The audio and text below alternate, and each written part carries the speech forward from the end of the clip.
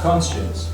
And what it means, non-prescriptive, suggests that we cannot prescribe what sustainability or the most sustainable way of living is to others. Okay, that's the non-prescriptive bit. Why? I get benchmarks for future and current progress, and there are all kinds of indicators that you can agree upon and then look back and see, have we moved on those indicators? That can lead to kind of ranking even. We could have a top 10 RCEs every year published. And the bottom 10, and those are the bottom 10, they really have to work hard. Or you can say, no, that's not the point, the ranking. The point is to promote and to advance learning, to stimulate learning.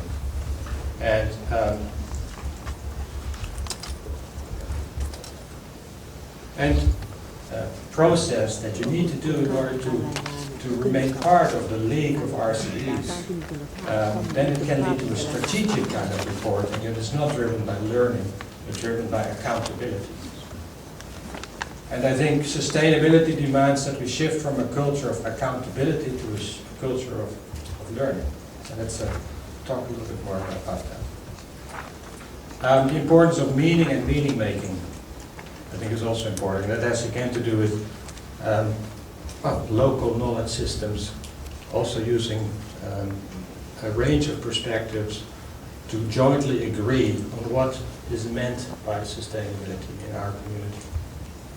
As an example from the UNESCO DEST review, there's a question about, do you use a whole school approach in schools? And you can imagine that somebody on the Fiji Islands might look at that question differently than somebody in the Netherlands. What is a whole school approach? And in some countries that might mean a whole school means we have a roof on the school. So the school is whole. In other countries it's talking about an integrative approach to sustainability, looking at the curriculum, participation and democracy in the school, but also solar panels on the roofs, maybe an organic garden on the school grounds, a bike repair shop for kids that is run by the students, etc., etc. So that's very different. And both they check, yes, we have the whole school approach. Anyway, I always like to use a heuristic that I've developed with Bob Jickling, and I've adapted it a little bit to this question of this morning. Let's see if it works. Yes.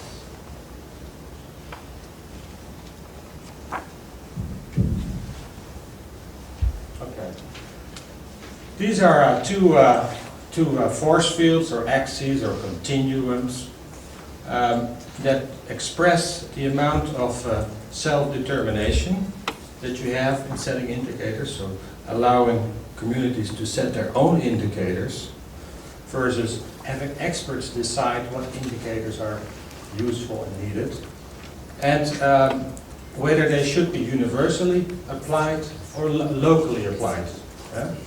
If you have, and let's see if I can illustrate it a little bit, then you get a little bit with, Heila also sketched these more empirical, analytical, instrumental ways of monitoring evaluation, which would be in the upper left, and the more emancipatory forms of monitoring evaluation in the lower right. It's more process-oriented, looking at the quality of the process maybe also at the competencies people need in order to participate in these communities, to participate in sustainability, the capacities.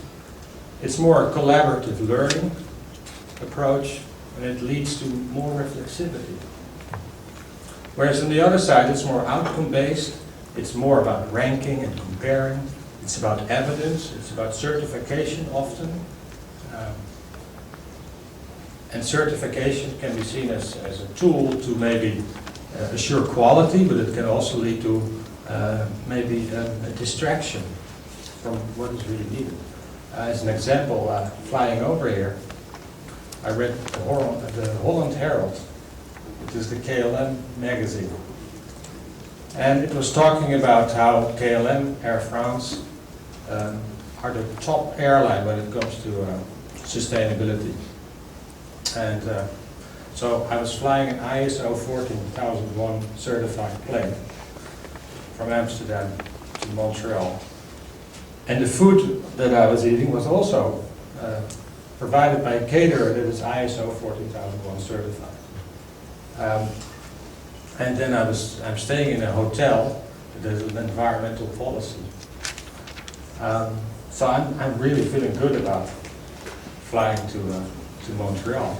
In it was an advertisement about a package vacation to Dubai, where you could fly to Dubai and then you could go to this Ski Dubai place.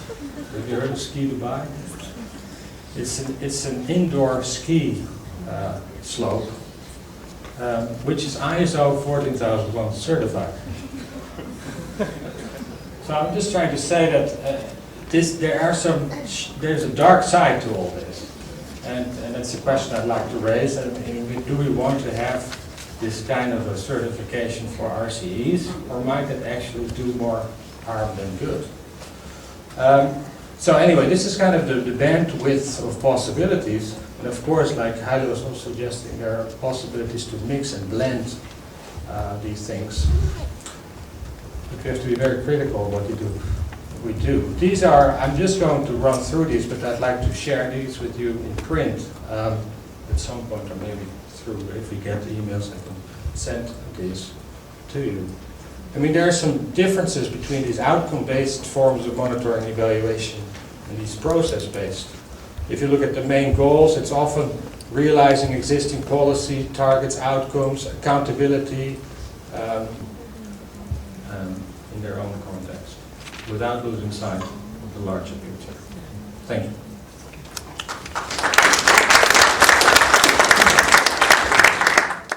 And to do sustainability processes in regions, actually. And as a result, 5 principles came out, and I merged that those 5 principles actually apply to pretty much every sustainability process. And so it might be quite useful also within our RC community to look at those 5 principles and maybe to use them as an evaluation tool for us. So the content of my presentation is the first I shortly introduce on sustainability processes, then the evaluation of RCEs, what is needed by RCEs for evaluation, process development, then the principles for integrative development processes, as sustainability processes are very integrative, as Ariane already mentioned. And then I shortly show you as an example how I tried the evaluation with the RC, with our RC criteria, and then we can have a discussion. But I will keep it to 1 minute per point. So the case of RC process development, when we think about the development of an RCE, we somehow, when we establish an RCE, we take somehow leadership to start an RCE, we build a vision for it, and we build up an action program. So this is kind of the principle of leadership, the first principle. So to have a vision for it, for our RCEs, and take first actions to build it up. We talk with potential partners in our region, what their meaning or what their interest would be with an RCE. So we build up a network of partners within our RCE, a social network, which is the second principle actually. When the second principle for sustainability processes then. as a social network that helps integrative model of development processes. And finally, this is how it looks like, that you have those 5 principles and there is a process and can guide your way somehow to improvement. It's reflective and should help you learning from your process. So with Zinaida, we already talked about maybe to add a kind of slice here where we could also somehow visualize actions taken and have a level of several challenges you have in your region and how much where the borders of the real project or process you like to evaluate. So do you evaluate the whole RCE process? You are into it, the process of your development of your RCE, or do you just evaluate one single project within your RCE or different projects? So to set the borders here, who do you involve of your participation level? Is it the information you give to people, or is it a real deep participation, then a stronger participation in a single project you might have? So to set the borders here. But this, I think, should then come out also within the annual report. And try to pull together some ideas that the really brilliant systems theorist Donella Meadows spoke about quite a long time ago. And it's the idea that living sustainably in a world of limits involves much more than our ability to collect data, to calculate, to analyze, as we've been discussing.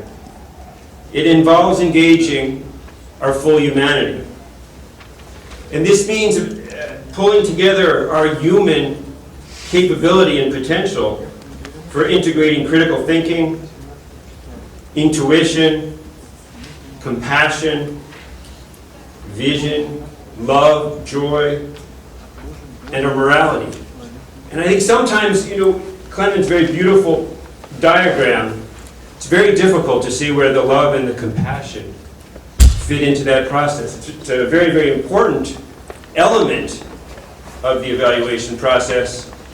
But I think, again, it only is able to capture a part of what we need to be able to do. And these ideas actually are developed in a book that UNU is going to be publishing shortly on UNU IAS's work in RCEs. And in part they're inspired from some comments that Zinaida Fadeva made. And I'm going to do some shameless, not self-promotion, but promotion for Ari Inval's book on social learning for sustainability, which includes pieces from many of the people you've heard from earlier. But Zinaida has a wonderful chapter in there that addresses the RCE experience so far. And Zinaida said, this is a quote, she was talking about how do you look at the success of individual RCEs. She said, quote, does the RCE deliver identifiable improvements in the social, economic, and environmental area? Does it contribute to the creation of a new learning system for sustainable development at the regional and global level? And I think those are the absolute critical questions that we need to be asking. The question is there's a disconnect between the kinds of responses that we can get with respect to those questions in the time frame that we exist now. So maybe in 10 years, in 25 years, in 50 years, we can have very, very meaningful answers to those questions. The issue for us in terms of early evaluation and self-reflection of the RCE process is what can we actually measure in quotes. So integrating qualitative and quantitative factors, our intuition, the self-reflection on the process, what can we actually get a handle on? It's a surrogate measure of early success for actually improving the sustainability of our community and our region. So that's sort of my perspective on what we're trying to do. So how do we truly have a surrogate measure of what it means to engage our full humanity in that context described earlier? That helps us in the context of concepts that I've discussed earlier is that we have a tremendous, and these ideas were reiterated beautifully by Stephen Lewis on Sunday, if you were at his presentation. There's a tremendous and profound gap between our stated values and desires for the future, a more sustainable future, and the lifestyles and everyday actions and policies that we support. What we're trying to do with the RC and all the work that we're doing is to find effective ways and mechanisms and strategies and processes for helping us to bridge that gap. And Arjen spoke very beautifully, about the kinds of disconnects, that are involved. That, we travel on these planes. I did the same thing. We were at a meeting in Taiwan. I picked up the magazines on the airplane and did an analysis between the 2 articles on global climate change, and then again, all the advertising on why we should be traveling and we should be going here, and card readers we should get for all the people we meet that can scan it into our computer files. And so I think that disconnect is so profound and in so many ways manifests itself in all of our experiences. So what I was going to comment on really are just sort of some what I call meditations on our experiences to date. And the first is that responding to sustainable development challenges in substantive, meaningful, and enduring ways can greatly benefit from systems thinking. It also, however, requires more than compelling information and sophisticated analytical tools for information processing. It necessitates going beyond instrumental rationality and scientific knowledge to take into account the social process of knowledge formation. It requires addressing how human beings come to have the ways of thinking and valuing and acting that we do. The second is that while the future can neither be foreseen nor controlled perfectly, it can be envisioned and it can be brought into being with love, care, and respect. And this integrates some of the ideas that Arjen was talking about our concern not just for human beings who are alive now, but the spatial and temporal considerations and our concern going beyond our narrow identification, using the terms of Arne Naess, to wide identification for other human beings who are separated from us spatially and temporally, and non-humans. The third is that values, good intentions, basic knowledge or competencies, and sincere commitments in support of sustainable development goals, while likely prerequisites for constructive action, do not in themselves lead to meaningful behavioral change towards sustainable development. The successful integration of values, concerns, with behavior, in terms of that gap-bridging behavior I was talking about, calls for combining reason and emotion and multi-scale approaches, as Arjen was talking about. And this integrative effort benefits from creating opportunities that inspire our hearts, our hands, and our minds to work in concert. The fourth is that addressing the prevailing mood of cynicism, and Arjen also shared that, addressing the prevailing mood of cynicism, creating the motivation, the will, and the vitality to effectively target the challenges before us, requires providing all individuals with accessible, flexible, participatory platforms for both engaging and mobilizing their creative energies toward positive change. And the genius of the RCE concept is its potential for matching robust global-scale problematizations of sustainable development with clear pathways for inviting meaningful local action. That's another form of the disconnect that we haven't had access to. We've had wonderful proclamations about sustainable development from the UN, similar wonderful proclamations about the significance of environmental education and ESD. What we haven't had is a structure for applying that in the context of local action. And number 5 is knowledge can be used to enslave as well as to liberate, as John Gardner advised us. Many great institutions and civilizations have rotted from the inside as a result of denial, self-deception, hubris, complacency, greed, or overreaching. Decay and collapse, however, are not inevitable. When working to create robust and resilient, lifelong, life-wide learning communities, cultivating joyful, well-prepared, engaged, and self-reflected individuals and societies may be the only viable counterforce to what I call as maladaptive behaviors.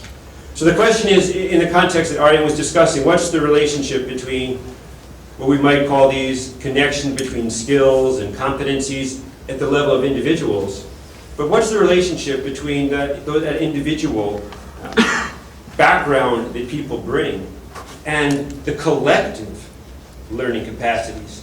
Bringing together individuals who may have tremendous capacities intellectually by no means creates the necessary sort of equipment for those individuals to work well together collaboratively and collectively. So those skills and competencies are unique and different. There may be some overlap, but they're not the same. Sixth, finally, is creating continuous improvements in quality of life for all, tapping into the self-renewing potential of individuals and societies to create cultures of sustainability requires building our social learning for eco-cultural sustainability infrastructure. So it's what I call our social learning for eco-cultural sustainability infrastructure. And I put that in the language, Helle has used this also, kind of a community of practice. This in turn requires modeling the changes that we want to see. It's the old kind of Gandhian phrase. We should not be surprised that we all act in very unsustainable ways, as Arjen was pointing out, when what we model to each other is unsustainable behavior and unsustainable processes in general. Special attention should be given to high leverage actions such as addressing systemic cultural failures in teaching and learning, particularly in the context of primary and secondary education. So what I argue is we don't need so much reorientation of education as a revisioning and reimagining of what the education and learning process are. So I'll close with just a few comments on this is in relation to a project that we created, our flagship project, RCE, which is about a year and a half into its playing out. 1 minute. Is a 6th through 12th grade sustainability school in the public school system, which completely reimagines the notion of what learning and education are about. And we sort of see that in the context of creating this multifaceted notion of wisdom. We're trying to create people who are wise, where we move from the notion of information and data to knowledge, to understanding, to wisdom. And wisdom, in this sense, allows us to integrate those previous abilities with leadership and connect it to action. That's the gap bridging element.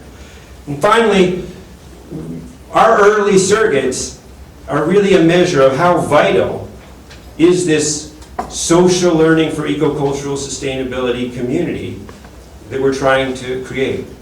So we don't look at it so much in terms of the actual accomplishments, in terms of some tangible metric, the number of people that we've brought together for a meeting, the number of papers that we've published. But it's, are we actually creating a viable and vital community that meaningfully collaborates on substantive eco-cultural sustainability issues and problems? So thank you very much.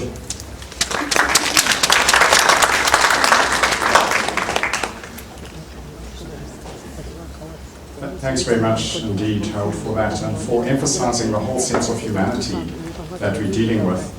I think you all appreciate that there's an old rule in this work, and that is we're as good as the people we work with.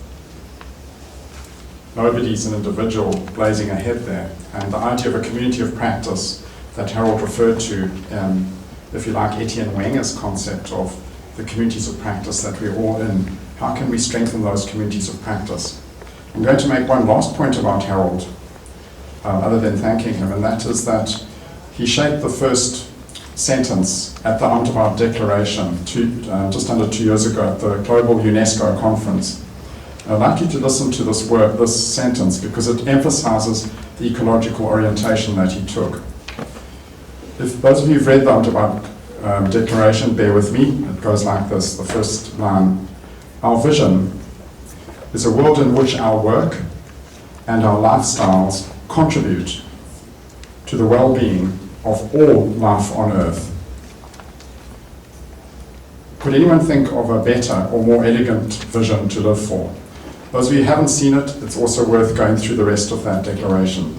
And thanks, Harold, for that. Folks, many of us met in Amtabat as RCEs and was working together developed.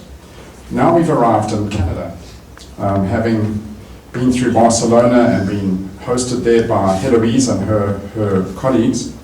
And here in Canada, we've agreed that we'll have a brief overview of one of the RCEs that is based at Greater Sudbury in Ontario. And with us we have Catherine Matheson, the General Manager for Greater Sudbury RCE, as well as Cindy Briscoe, who's a Coordinator of Community Development in that region. And I'd just like Catherine to perhaps come forward and take us through a kind of few snippets as to an RCE in Canada. It would be a great shame if we left North America not having had insight into what an RCE is doing in Canada. And as Catherine and Cindy take us through this PowerPoint, I'd ask you to keep in mind the kind of evaluative questions that have been the thrust of this whole meeting today. So just keep the evaluation in mind, and remember this isn't a specific evaluation presentation, it's just to give us a taste of what Greater Sudbury RCE are about. Thank you very much, Catherine and Cindy. Thank you very much, and good morning. We're going to start off with a bit of a background in terms of how we became an RCE and what we're actually doing at the ground floor there in terms of trying to move the community forward. And we're going to end off with some pictures of Sudbury to show you firsthand what's happening. So just to start off, it's interesting listening to the speakers this morning because we can certainly understand that we're applying, I guess what we could call triple loop learning in Sudbury in terms of a systems approach to change. Just to give you a bit of a context on where Sudbury is, we're located about 800 kilometers east of Montreal and a little bit further north. So our city is about 165,000 people, and we have within our geographic city 300 lakes. So you can appreciate that the environment is very important to Sudbury. But I think the most fundamental thing I want you to know is that 25 years ago, Sudbury was referred to as the moonscape of Canada. And I see some heads nodding, so your environmental people will be very familiar with this.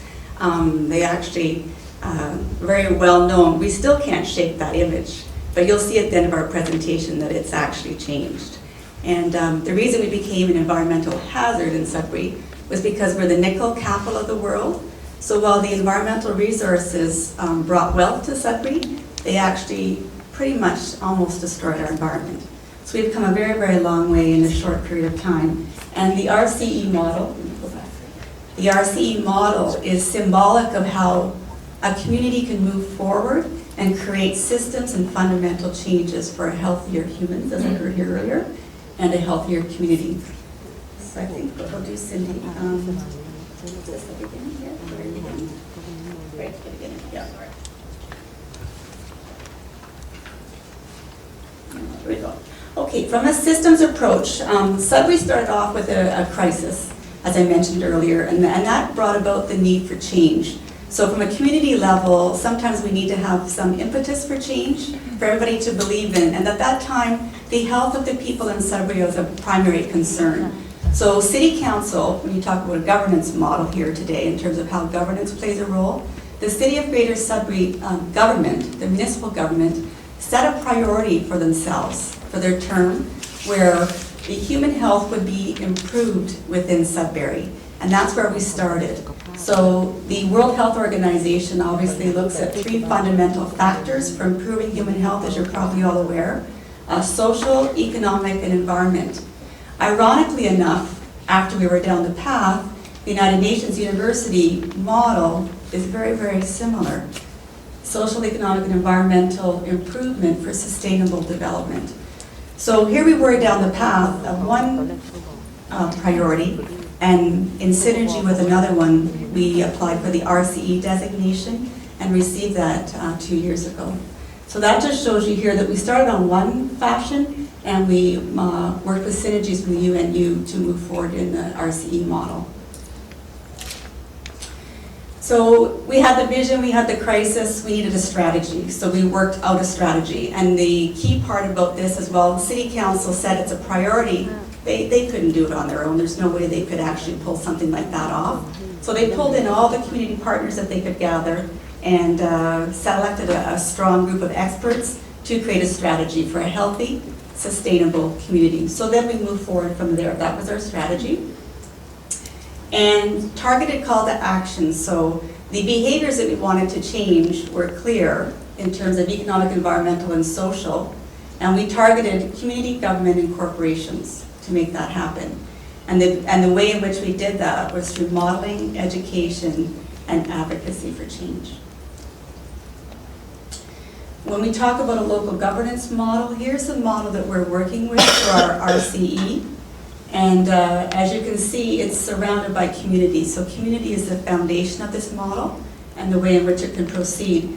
Sudbury for years, when I talked about the moonscape, for 20 years it worked on an informal model where things just happened. I mean, there was passion, there was drive, and things happened, but there was no formality to it, no macro approach. So we applied this strategy into a macro approach to give it a bit more focus and a bit more legitimacy in our community. This was the model that we adopted. So City Council is at the top. The Healthy Community Cabinet is institutional leaders across our community. And the reason we went after the institutional leaders is because we wanted to see change in every institution because they had the people and they had the influence of families and the actual community as a whole. So we asked them to start to model and mentor behavior for sustainability and for healthy communities.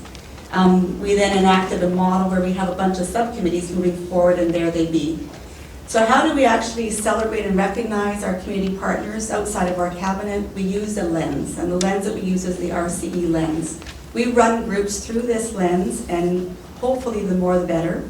And we celebrate and we recognize them with the recognition of being partners of the RCE in the healthy community. And we are now moving into the social marketing stage to start to create more and more awareness. And basically we have a tagline, I'm part of a sustainable community, or I'm part of a healthy community. And it starts with behavioral change, and then we start moving on from there. So I think we're going to move now into the pictures just to show you where our moonscape has evolved to, and so that you can get a sense of appreciation of the impact of fundamental systems changes. This is Sudbury today. I don't know if we want to move into questions and Jim, but we can let that run while we proceed.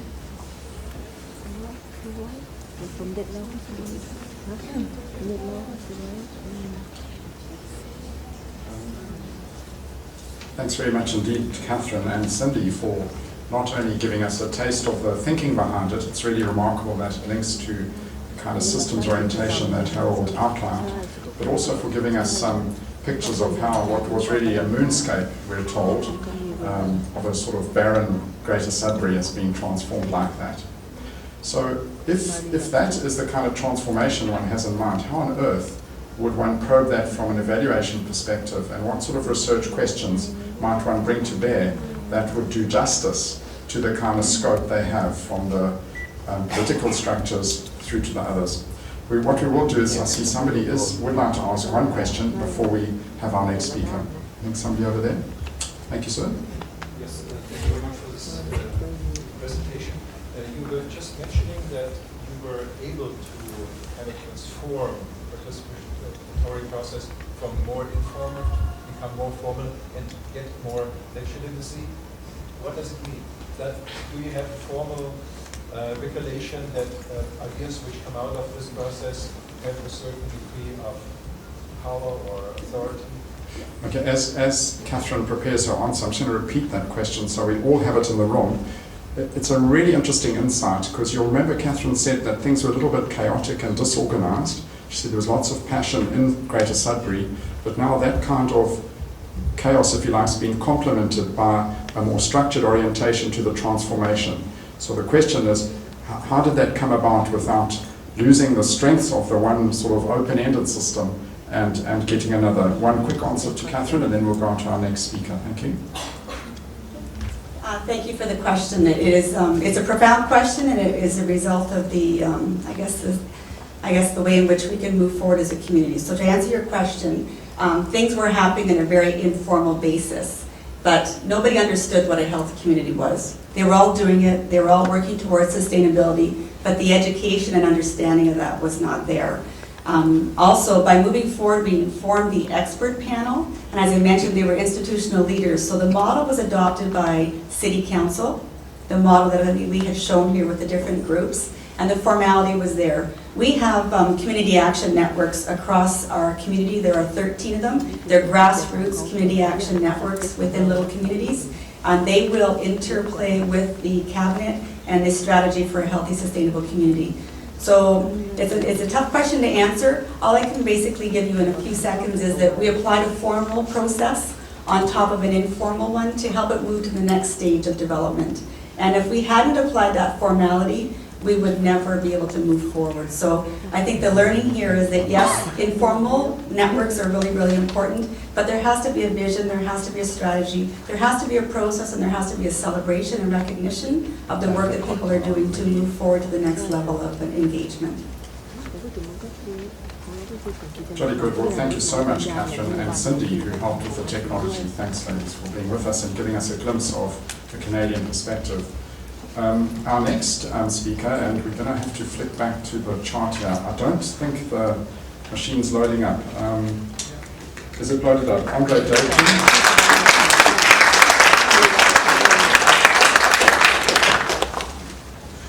We have some insights from Russia now, from a Russian RCD, from Andre, and what they're going to focus on is actually some very precise and specific indicators, Andre, is that right, that you've been working on from a valuation perspective. Now, I haven't seen yours appear, or is it there in the system, or are you just going to speak?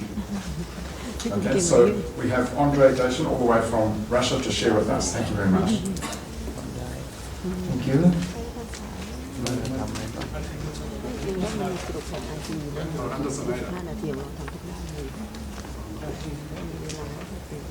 Oh good, we do have it. It was called Zenaida. Thank you. Very Russian sounding name, isn't it? Yeah. Our RCE will be founded by two universities. I mean, Volga-Vyatka Public Academy, Public Administration Academy, and Nizhny Novgorod State Architectural and Civil Engineering University. Including, it will include some participants from NGOs and some middle schools and elementary schools. It will be regional consortium. And in our following program are several points. First, you see, you can look Nizhny Novgorod Youth program. The second, Nizhny Novgorod Rain Grecian program. And the third is Nizhny Novgorod Metropolitan Planning Program. This point, which I want to comment on the next slide, is because it's important and interesting object for RCE activity. In this theme, in this frame, we understand that area, that geographic territory is not only natural fact, not natural object, but it is area of social activity, area where some peoples, local peoples live. And so we understand that sustainable development is a result of social activity of regional social community. So in this light, in this approach, we understand that our goal of RCE is, from one side, to connect ties between the state.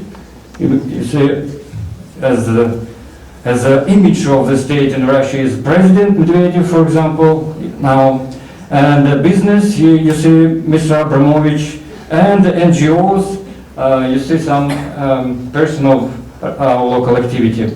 And the second aim is to activate local society because it is a general source one of general source for local sustainable development. Last year, we realized a project of monitoring of regional civil activity, and the methodology was to separate some fields of activity which we understand as locomotives of regional activity of people. You see some of these fields. The methodology includes 3 scales of monitoring. In particular, first scale is a scale of types of organization of people's activity, from mass individual activity, non-organized, not formal, to local activity of global networks of NGOs. Second scale is a scale of legality. It's an aspect which help to understand what part of activity is realized on legal level, legal field of social processes, and what processes, what social activities are on non-level, under-level activities. Third scale is a scale of public activity, because we understand that some NGOs and groups can be altruistic, can support altruistic ideas.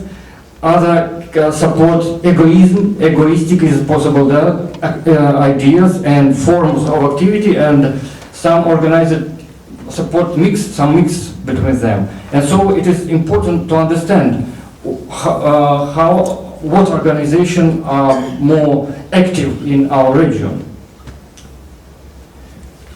So the results of our project was published in the book. You look Russian version of this book. Maybe next time we will reprint it in English. And our coming steps are, first of all, it will be a roundtable educational strategies for sustainable development in Nizhny Novgorod. Together with Mr. Hermans, we will chair and we organize it. And international colloquium for students, modern theories of social and political process, and the collective memory factor, because from one side it's important to try to make math models of sustainable development and civil activities, and from another side, collective memory is, as I understand, key factor, one of key factors of sustainability in social cultural environment. Thank you.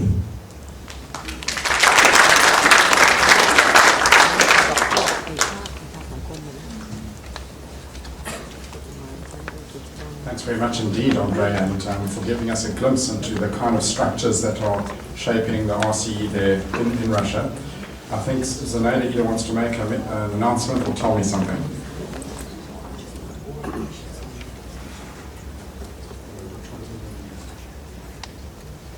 Okay, as she seeks the questions for the discussion, what you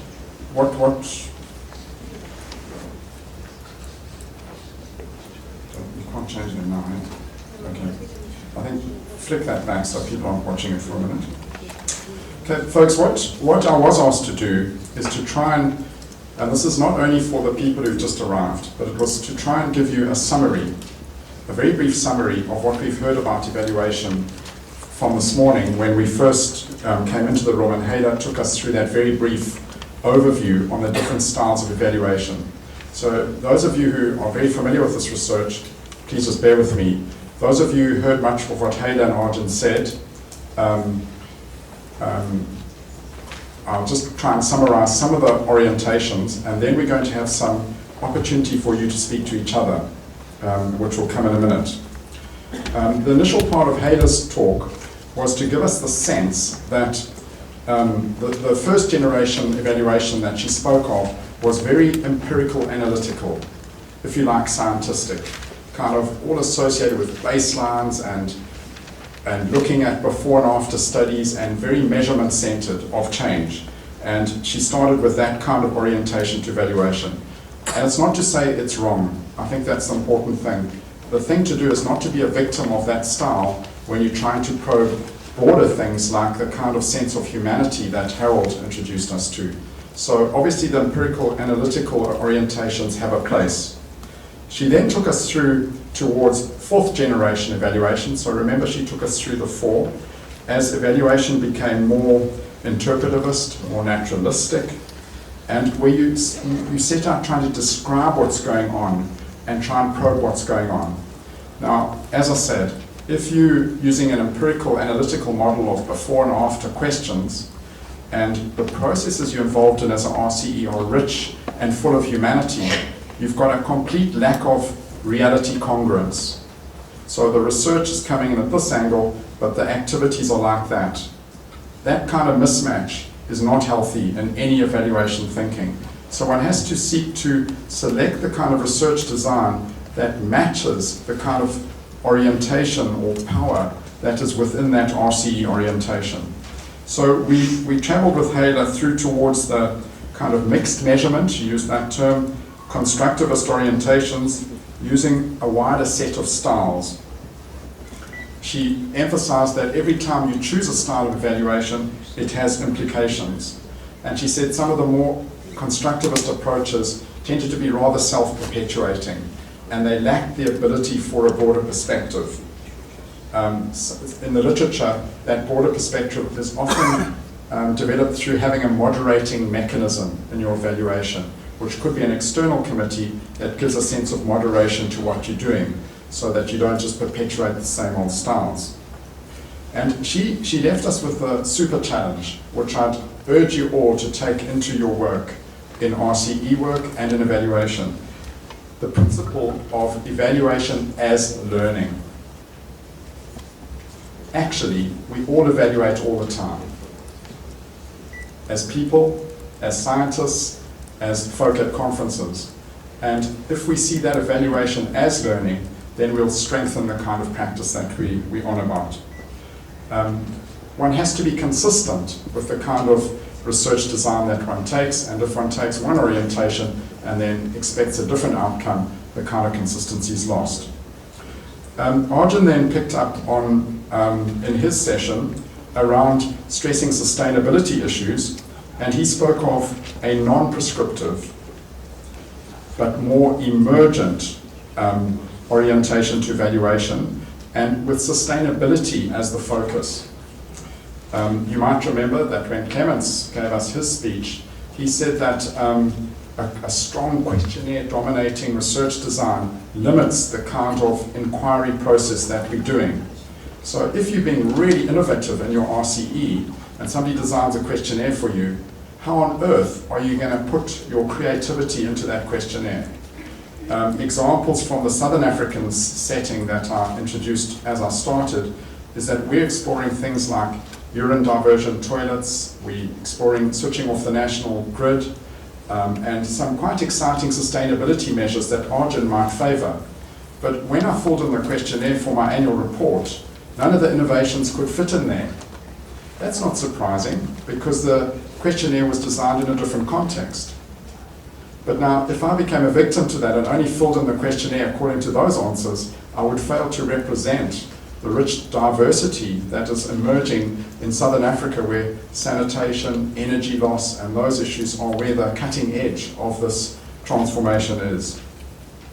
So we were left with, from Arjun and Haler, remember he gave us that heuristic, where in the one top corner you have the more instrumentalist styles, like first generation evaluation, down into the bottom right, where you get the more emancipatory kind of evaluation styles, which are more concerned with processes and reflexivity. We need to be sensitive to context. Remember, context comes from the connecting language. Con is to connect in Latin, text is language. We must connect with the language of our RCE. We need to remember our RCEs are processes. They're not outcomes. Arjun stressed that. He emphasized the multi-stakeholder. Sometimes our evaluation needs to be involved in reporting, and that's important. The issue that the evaluation needs to be learning-centered was something that both Hayla and Arjun and Clement stressed, and in fact Harold too. And remember, as we go forward, we are making meaning. There's not a single person in this room that's living sustainably. Not one. How on earth could we have predetermined measures for sustainability if not one of us is succeeding? It's a sobering thing. We can move towards sustainability, but if our research design is anticipating it, then it will steer us in the way that we can't possibly go. It takes us to the question, how do we reach for the most appropriate research design in our work? Do you remember the turning point of this workshop? I think was in the astonishing interaction between Marie and Arjun, where both of them were saying we need to be empowered to reach for better theories, better practice. So no one can give us the exact tool that we need. Clement has provided one from his PhD experience, but when I use that one in a KwaZulu-Natal context, I'm going to use it differently. I'm going to focus more around capability and agency. Nobody can make a model for you. We need to work as best we can in our context and reach for the best possible theories and practices to illuminate and help us see this idea of evaluation as learning. What we invite you to do now is to seek to answer this question, either with your neighbor, and if your neighbor is your friend, you might like to look for a different neighbor. We're going to have 10-15 minutes, and remember that a friend is just someone you haven't met. So remember also that the best part of a conference is not what you learn from the people who stand in front. That's a myth. We don't actually learn from experts. The real meaning of a conference is the meaning we make with each other, usually over the tea and coffee tables. And what Zenaida and Joss, who've been very patient in running this session for us, would like us to do is just to take 10 minutes, talk to somebody you haven't met in the room, or you could even go outside. We're going to be quite strict with the 10 minutes. If you're not back, we just roll on and we will start. And this is the question I'd like you to consider. You might like to write it down.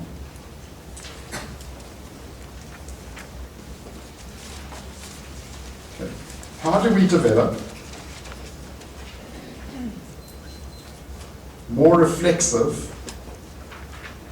monitoring and evaluation systems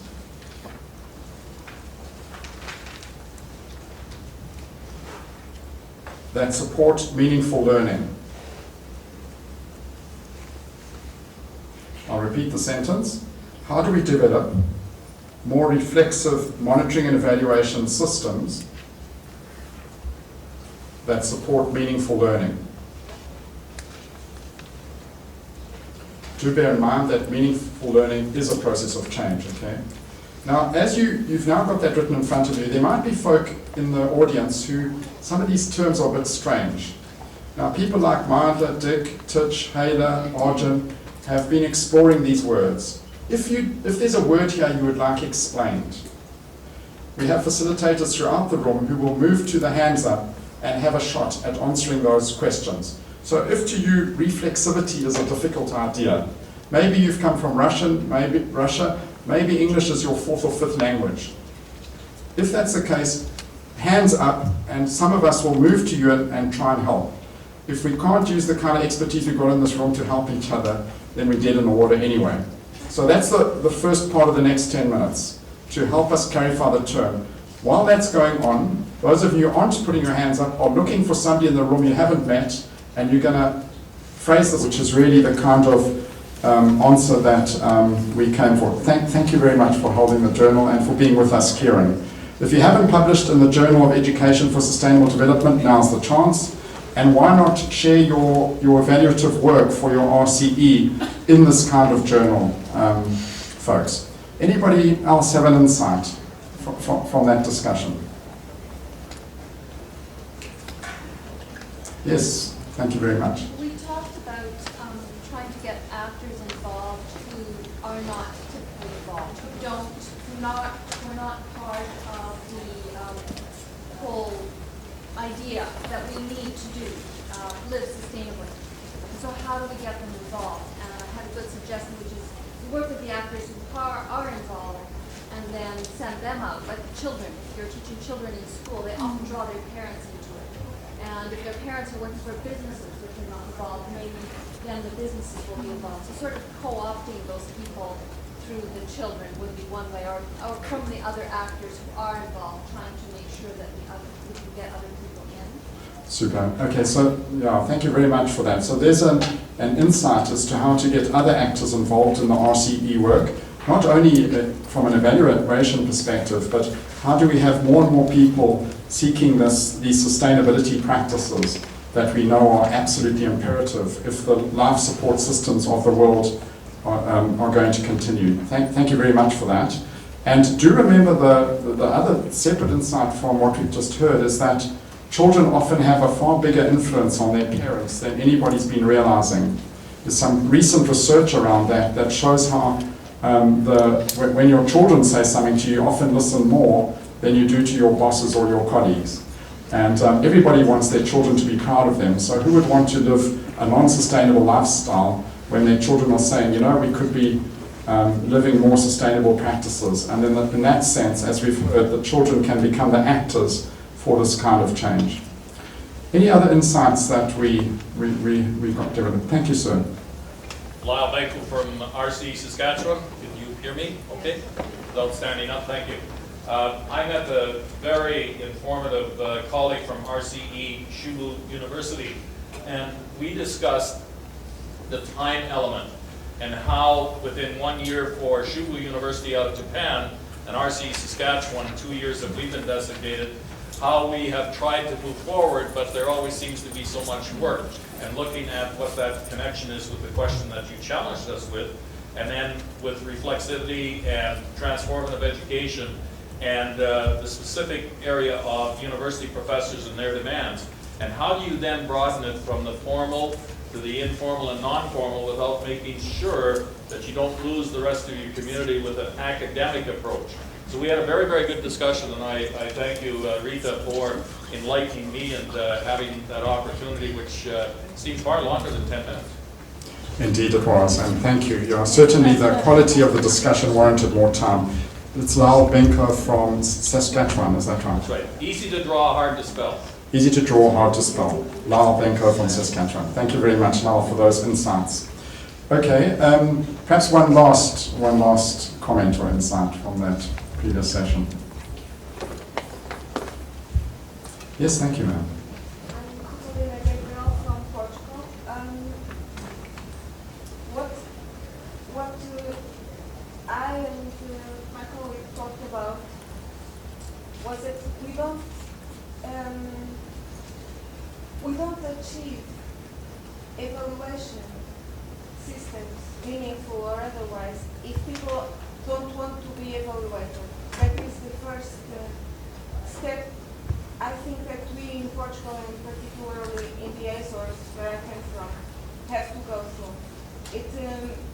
Evaluation has had very bad press. People feel very threatened by it. So, in order to achieve a more meaningful learning, perhaps this is the first thing. Yeah. Get inside ourselves the need to be evaluated. So thank you so much. It's such a telling point you make, because many, many people are living on the planet. Nobody's living a sustainable lifestyle. So we know we're crumbling and crashing the life support systems. Now, if we aren't prepared to be evaluated, or we aren't prepared to be part of evaluation, it means we're not really prepared to change. So the question is, without antagonizing or alienating people, how do you help us all think more critically about the kind of lifestyles that we're leading? And there it might be more appropriate to just introduce learning, because learning is looking at the world around me and trying to live a better lifestyle. But certainly if people aren't keen on evaluation or antagonistic to it, it's very difficult to bring a critical evaluation about. Thank you very much for that. Okay, folks, what's going to happen next is there will be more time for the discussion because we're going to have a slightly longer than 1 hour lunch break.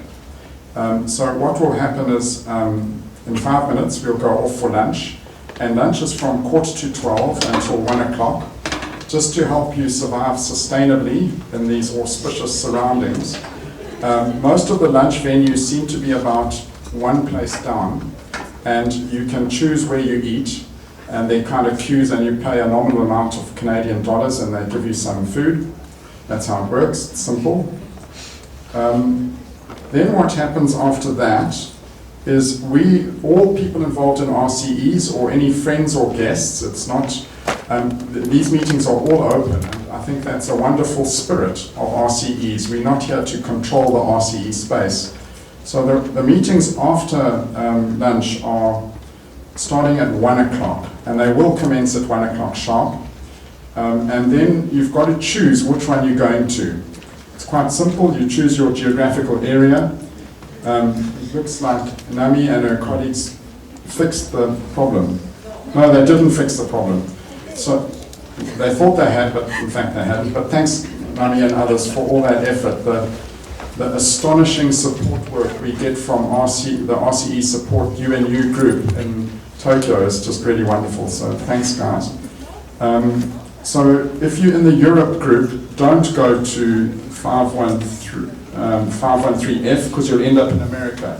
And who would ever want to go to America? So if you, from the Europe group, you'll be with Joss Hermans, who you met earlier. This is Joss here. And that's 515, okay, for the Europe group. 5158. Thank you very much, Yoshi. Those of you who haven't met Yoshi Naturi, who leads the entire RCE team from Japan and Tokyo, what a useful insight. He's putting us on track.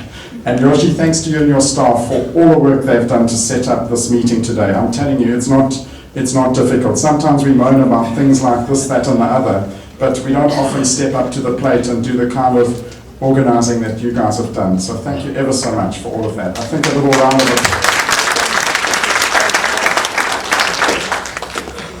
So 515A. So we can see the Africa group, 513C, America's group with Roger and Lyle. I think Lyle, if you could wave. You met Lyle a minute ago when he asked the question, and that's Roger at the back. Thank you very much, Roger.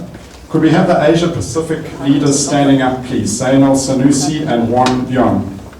There's Zainal and Juan. Thank you so much for agreeing to lead that.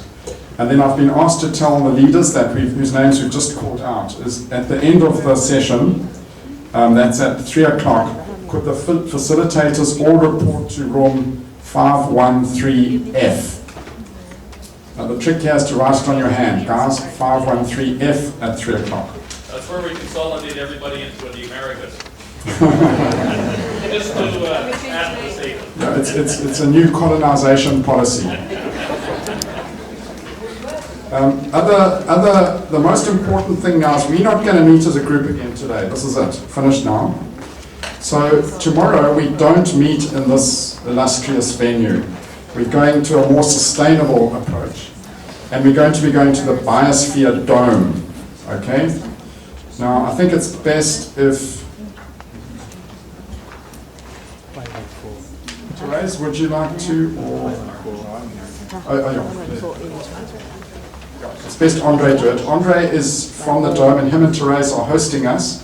And he's going to tell you how to catch the tube to the Biosphere Dome.